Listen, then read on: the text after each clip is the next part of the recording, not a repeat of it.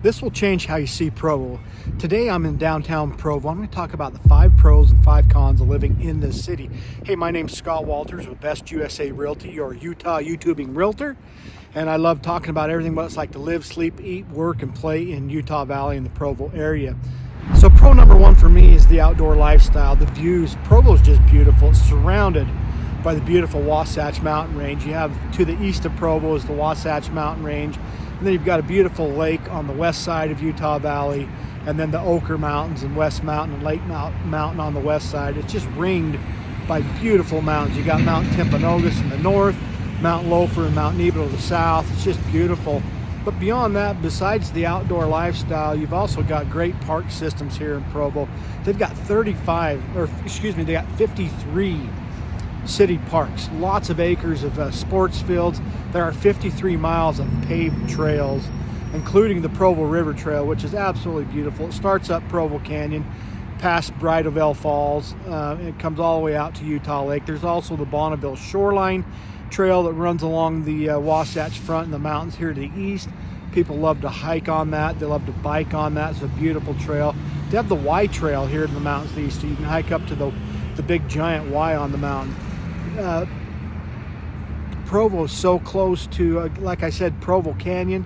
That's the gateway to Bridalveil Falls, a beautiful waterfall. You've got Cascade Springs up that way. You've got Sundance, the Alpine Loop Road. That's where Sundance is located, on the Alpine Loop Road. That is one of the most beautiful fall drives you'll ever take. But Sundance is a great ski resort, a lot of fun in the wintertime. But a lot of people don't know that they have great summertime activities too. You can take scenic fall ski lift rides in the fall. You can also mountain bike, ride those ski lifts up with your mountain bike and bike down. They also have beautiful, or really awesome outdoor plays at their amphitheater, their outdoor theater, and we've watched a lot of outdoor plays there. And so it's got all that. There's reservoirs, boy, it's so close. Just up Provo Canyon, you'll get to Deer Creek Reservoir. Just beyond that, there's Jordanelle Reservoir. You go even further into Heber and hang a right, you'll get down to Strawberry Reservoir.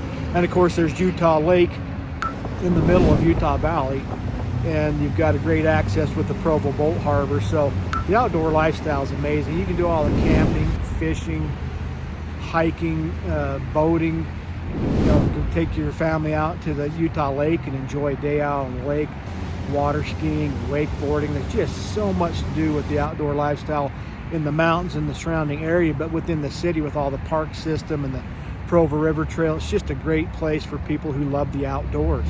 Let's talk con number 1 for Provo, and that would be inversions. In fact, 2 weeks ago, we had a winter inversion already, and what that does, the high pressure just traps all the gunk, all the pollution down in the valley, and so you can't hardly see. Like, I couldn't even see the mountains just a few miles away from me, so that gets trapped right here in the valleys, and that's one of the things we deal with in the wintertime. So high pressures hold those inversions in. So we're going to deal with inversions every year. Generally, that's worst in January and February, but you can experience them in December and in March, and it's just something you need to know that you will have if you live here in the Provo area. Now, beyond the winter inversions, Provo also deals with summer wildfire season. So that wildfire season generally goes from July to, I'd say, through September, sometimes into October. And generally every year we're going to have a wildfire somewhere close by, or even in surrounding states. In fact, most of the wildfire smoke that came into our state this past wildfire season came over from Oregon and Washington State. But we've had some, just 5 years ago, we had a massive wildfire in the mountains right around Provo, filled this whole valley full of smoke for weeks. That one was a little more unusual, but just be aware, in the wintertime you're going to deal with inversions and have some poor air quality then, and the summertime for a few months there's a good possibility that you'll be dealing with summer wildfire and the smoke that brings. Okay, let's talk about pro number 2, and that is Brigham Young University. So Provo's a college town. There's about 35,000 students that attend Brigham Young University. It is sponsored, that school is sponsored by the Church of Jesus Christ of Latter-day Saints, so it is a religious school, but it brings students from all over the world and all over the United States. It's a great university. But besides there being Brigham Young University, you also have Utah Valley University over in Orem, which is, I'd say, probably about a 15-minute drive from Brigham Young University. So this area has 2 great universities really close, so great educational options here in the Provo area for higher education. Now, one other thing that BYU brings is they also bring high-level athletics. They're part of the Big 12 conference, so they've always got a fantastic football program that competes at the highest level. The men's and women's basketball programs are competing at the highest level and always doing a great job. And man, it's fun to watch both the men's and women's volleyball teams. They're always great. The women's soccer team is always fantastic too. So you've got fantastic athletic events that you can watch at Brigham Young University. And you know, Utah Valley University's basketball team has been doing quite well lately too. Okay, so that brings me to my next con, and that's traffic. And you heard that very loud Ferrari driving down the road.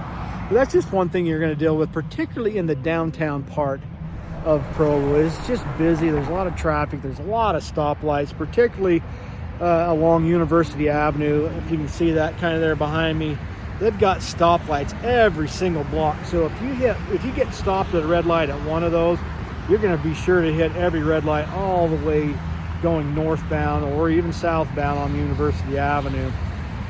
Compared to other large cities, I guess the traffic's not too bad, but just know that in the downtown area, you're going to deal with quite a bit of traffic.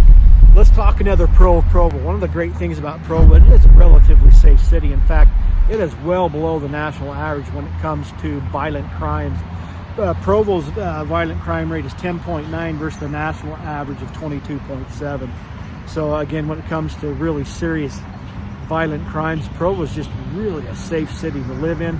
Property crimes are about on par with the state average or the national average, but when it comes to the really horrible stuff, Provo's a really safe city to live in. Okay, here's another con for you: lack of city life entertainment. So Provo, it's a city of around 100,000 people, and there just isn't a whole lot of city life entertainment as far as like if you're wanting to have like to go to the ballet or the symphony, or if you want to watch sports, it's professional sports teams. There's not a lot of that here. And not even when it comes to putt-putt type places, miniature golf and that type of family entertainment, there's not a lot of that. You do have some trampoline parks. There is a water park here, so there is something. But generally speaking, if you want to go watch a professional basketball team like the Utah Jazz or the hockey team, the Utah Hockey Club, or any of those, or the soccer team, Real Salt Lake, you're going to be driving up to Salt Lake to be able to attend those types of city life entertainment. So Provo's lacking just a little bit when it comes to city life entertainment. Okay, I had one more thought on when it came to lack of city entertainment. One thing that's lacking in Provo is a lot of good shopping as far as like at a mall. This is the Provo Town Mall Center, and it was absolutely fantastic 15-20 years ago, but I think it's falling victim a little bit to the online shopping move that a lot of Americans are going to, and so this mall has become pretty dead inside. I know there's some revitalization plans going on to kind of revitalize this area, but a lot of the big anchor stores have left. The Dillard's left, but they did turn that into a Target. The movie theater's still doing quite well here, and there's still some very nice restaurants and a few shops, but when you go inside, it's a little bit disappointing. It's just not as vibrant as it used to be.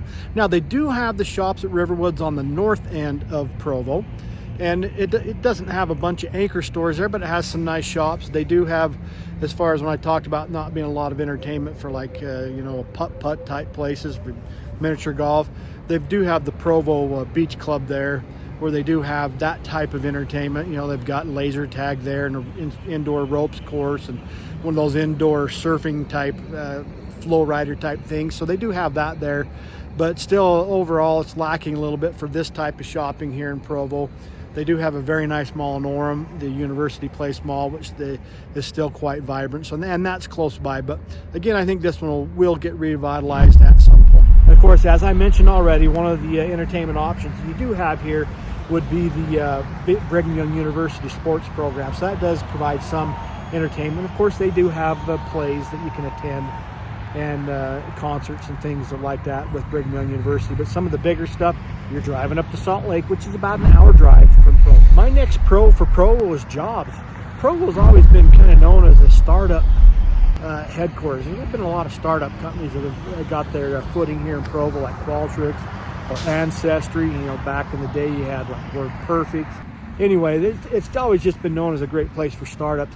Provo, I would say, is considered part of the Silicon Slopes technology sector of Utah. That actually, the The biggest part of the tech jobs are in Lehigh, which is going to be about a 25-minute drive or so from downtown Provo. So you actually have access to really good startup jobs, tech jobs, but again, you also have, there's a good education sector with Brigham Young University and Utah Valley University. So if you're looking for university jobs, you got those two universities right here within minutes of each other.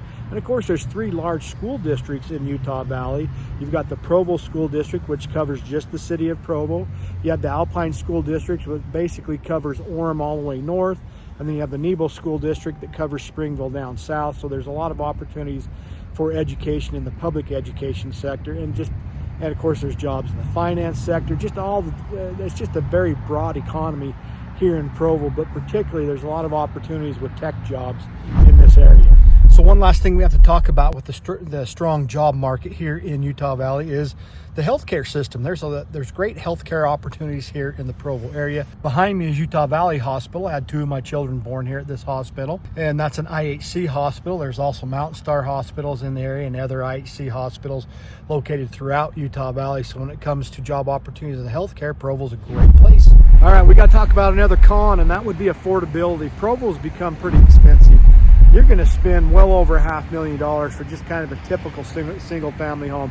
Now there is a pretty big difference in prices between the west side of Provo that goes out closer to Utah Lake as compared to the east side of Provo.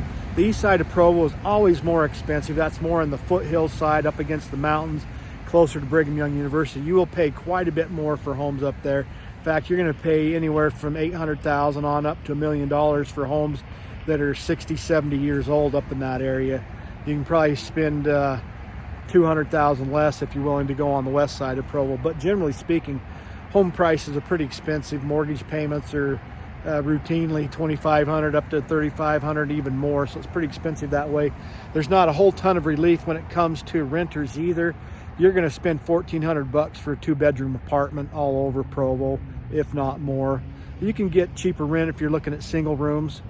But if you're looking to rent, have kind of more of a private situation, you're gonna very easily be spending anywhere from $1,200 to $1,500 for rent, and that probably won't even include the utilities that you'll be charged. So affordability has become an issue in the Provo area. I guess the good thing is, compared to say Salt Lake to the north, it's still quite a bit cheaper in Provo. My next pro is downtown Provo. It's very Norman Rockwell-ish here, still kind of Americana.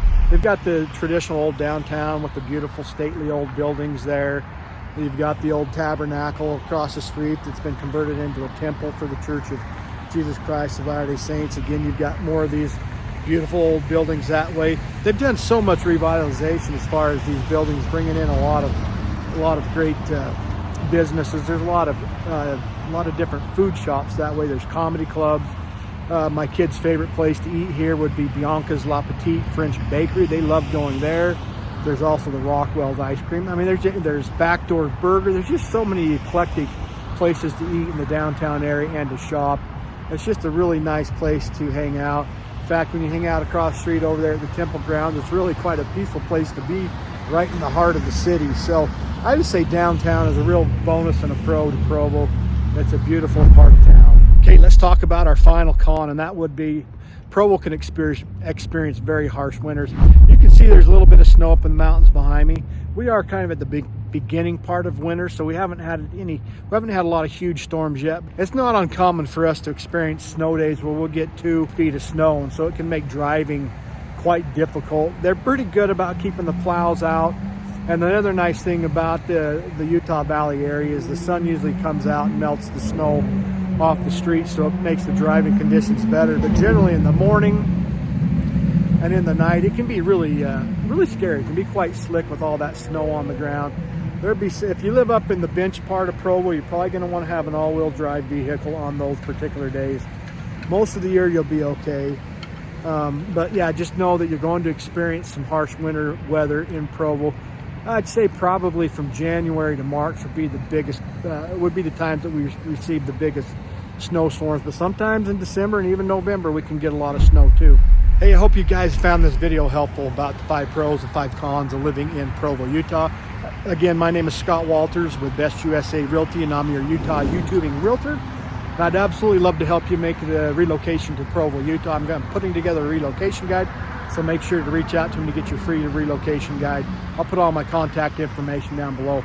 And again, if you found this video helpful, I've got a video about the beautiful downtown part of Provo.